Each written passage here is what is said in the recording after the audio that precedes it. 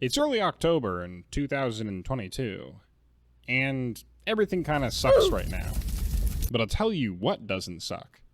Hot Wheels! You heard me right, folks. Hot Wheels, the company that makes those itty-bitty little plastic and metal cars that are melted down from some sort of backwater scrap, made a racing game for once that was actually pretty good. Real quick preface, though, my whole perspective of Hot Wheels Unleashed in this video is coming from an individual who got the game for way under MSRP.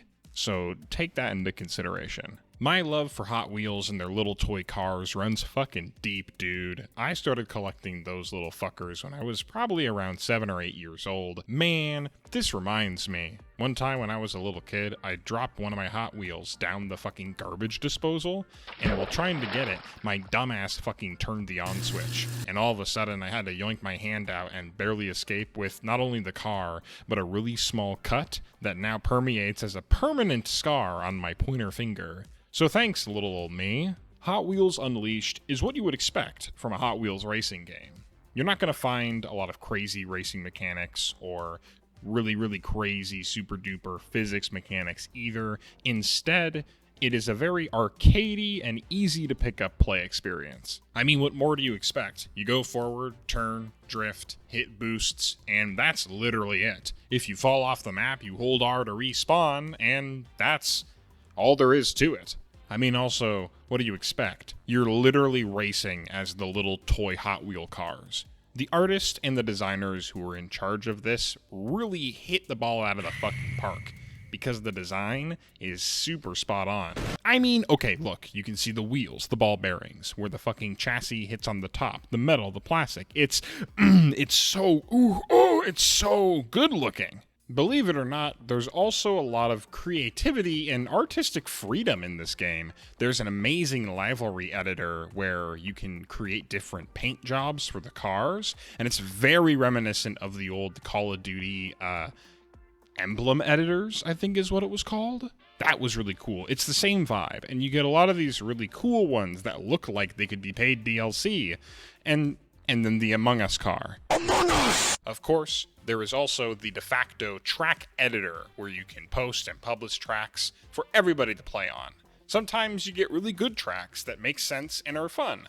Other times you get shit like this, and it's way too long because you have to do that 3 fucking times instead of making it a point-to-point race. There is one very interesting thing about this game, however, and that has to be its very bizarre progression system. How the fuck do you progress in a Hot Wheels racing game, you may ask? Well, it's easy. You complete races, obtain coins, and open loot boxes. Because that hasn't been overdone to fucking death. You open cars, some cars are better than others, you can then scrap them for either materials to make other cars go faster, or sell them to open more packs.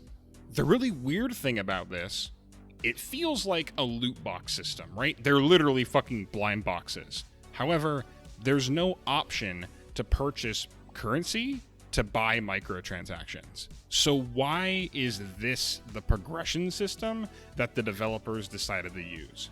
I don't know. It sounds like the development team pitched an actual progress system to their manager, and then their manager had their fucking tone-deaf corporate boss bloke say, oh, well, everybody's using microtransactions and loot boxes as random progression, so why don't we just use that instead, but they don't have to buy anything.